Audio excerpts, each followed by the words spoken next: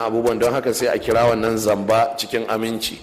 Kenan kaga wancan hukuncin ba a lalata shi ba, amma bai tabbata akan wannan yaron ba ne. To haka mutumin da ya hukunci da wani abu wanda ba Allah ne ya saukar ba, shugaban ƙasa ne shi, gwamna ne, ciyaman ne, dagaci ne ko hakimi, sai an tsaya an dubi shin waɗannan sharuɗan sun cika a kan shi tukuna, sannan a zartan mishi. Sannan kamar yadda muka ce babu lazimci tsakanin ya tabbata wani ya aikata kafirci da kuma a kafirta shi, to haka kuma muka sake karantowa cewa babu lazimi tsakanin yanzu ya tabbata ya zama kafiri da kuma a ce to a fito a yaƙe shi, nan kuma sai wasu sharuɗa sun cika ga su waɗanda za su fito su yaƙe shi ɗin. Daga cikin sharuɗan ɗaya shine su tabbatar da cewa sun yi shiri kyakkyawa wanda in sun tashi za su ainihin kifar da shi domin su ainihin samar da yanayi mai kyau. Na biyu, su tabbatar da suna da natsatse ko kuma shiryayyen mutumin da za su ɗora shi wanda zai zama madadin shi, wanda za a samar da adalci da musulunci tattare da shi. A nan ne babban malami a Sheikh al'allama Muhammad Salih al-Uthaymin, Allah maɗaukakin sarki ya gafarta mishi, ya ce to kun ga wannan matsalar tana buƙatar sai an sa ilimi sai kuma an sa hankali.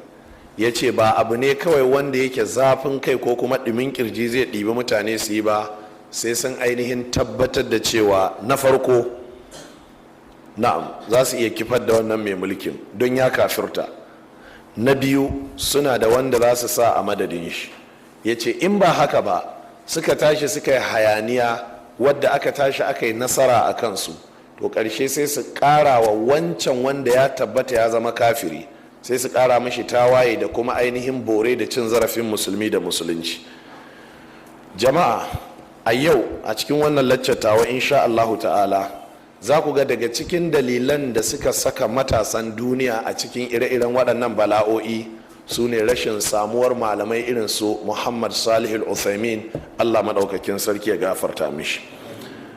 Akwai wasu matsaloli masu ɗimbin yawa wanda mai sauraron wannan kasar ko wannan lacca ta yanzu za su ɗaure mishi kai da dama, yana buƙatar ya koma kasar na ɗaya da na biyu domin ainihin ya saurara. Ma'ana wannan kasar shine na uku insha Allahu ta'ala. Allah maɗaukakin sarki ya taimake mu. A yau a ƙarƙashin abubuwan da na faɗi a makon da ya wuce, nake so zan yi gini dangane da cewa idan ya tabbata shugaban ƙasa ko gwamna kaza ko ciyaman ko sarki ko dagaci ko hakimi baya hukunci da dokar Allah a ƙasa, shin ina matsayin wannan ƙasar a idon musulunci? Ma'ana za a kira ta daru islamin ko za a kira ta daru harbin? A musulunci za a kira ta daru islamin idan mafi yawancin waɗanda ke zaune a ƙasar musulmi ne.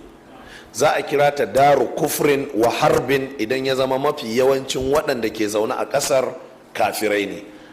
Ba ana duban wa ke hukuncinta me yake hukunci da shi ba, su wane ne ke zaune a ƙasar, yaya adadinsu yake.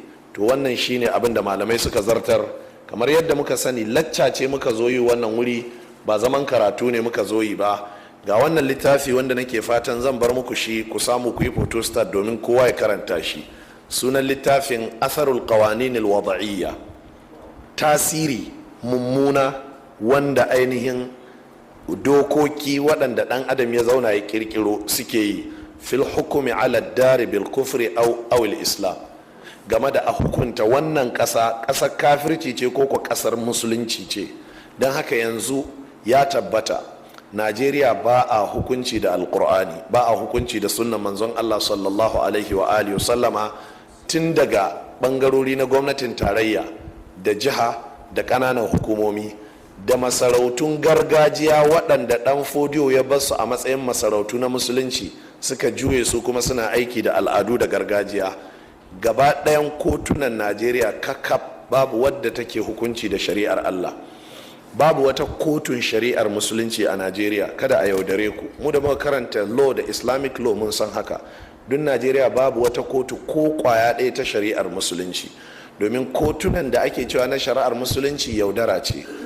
Inda zai kama wani musulmi ya yi zina a kai shi wannan kotu, a tabbatar da dukkan sharuɗa waɗanda musulunci ya tabbatar, in jefewa ne ba za a jefe shi ba, idan yanke hannu ne ba za a yanke hannun shi ba, kadai abin da suka ɗibo daga Pakistan suka je suka ɗibo a lokacin Sardauna shine hukunce-hukuncen musulunci suka shafi aure da gado.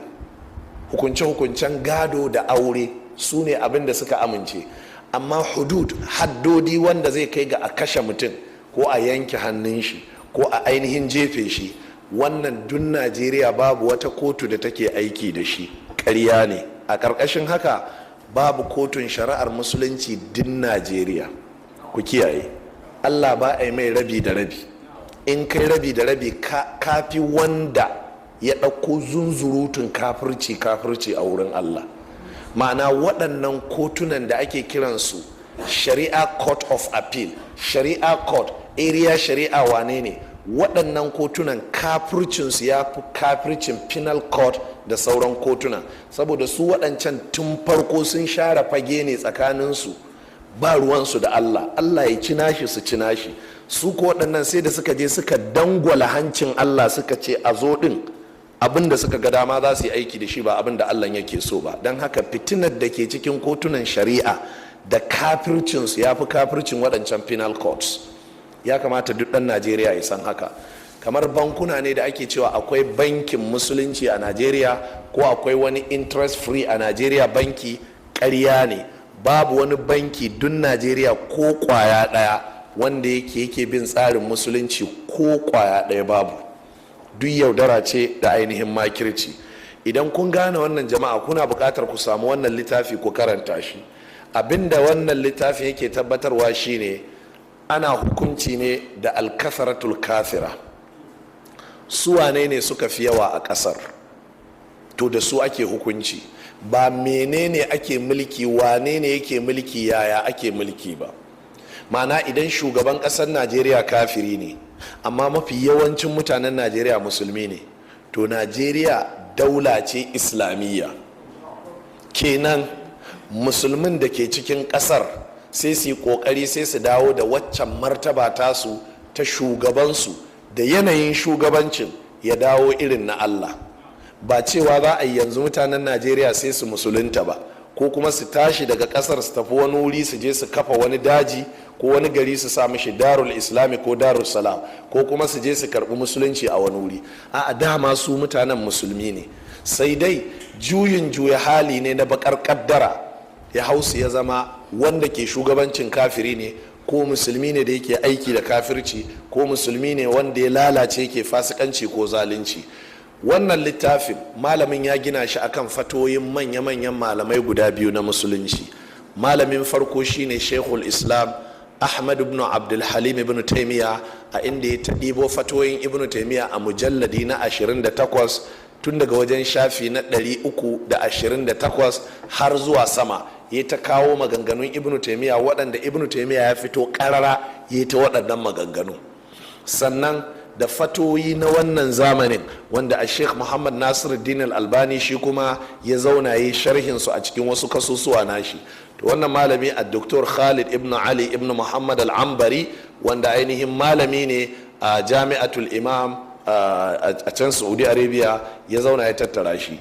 Ɗaliban ilimi musamman a Najeriya, Sudan, Misra, Algeria da makamantansu suna buƙatar su samu wannan littafi don su karanta, hankalinsu ya kwanta ya natsu cewa ƙasarsu ba ƙasar kafirci ba ce.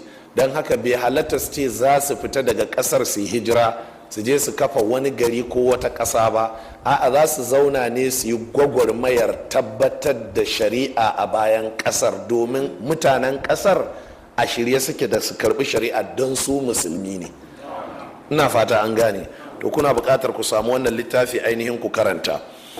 Sannan sai wata matsala ita ce, idan aka waye gari a irin halin da muke ciki, ƙasar gata musulmi ne suka fi yawa a cikin ƙasar, ko kuma musulmi ne a ƙasar, ko kuma musulmi ne ke da galaba a ƙasar, sai dai kuma an samu wani kafirci ya gallabe su ta hanyar shugabanci.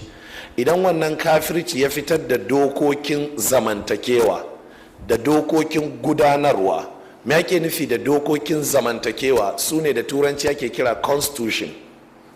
Shine a ce anguwa kaza saboda akwai musulmi da kiristoci a anguwar, saboda akwai fulani da yarabawa da inyamurai da kaje a anguwar, to a samar da wani tsari wanda wannan tsari in suka gudana a kai zai sa su zauna lafiya ba tare da hayaniya ba.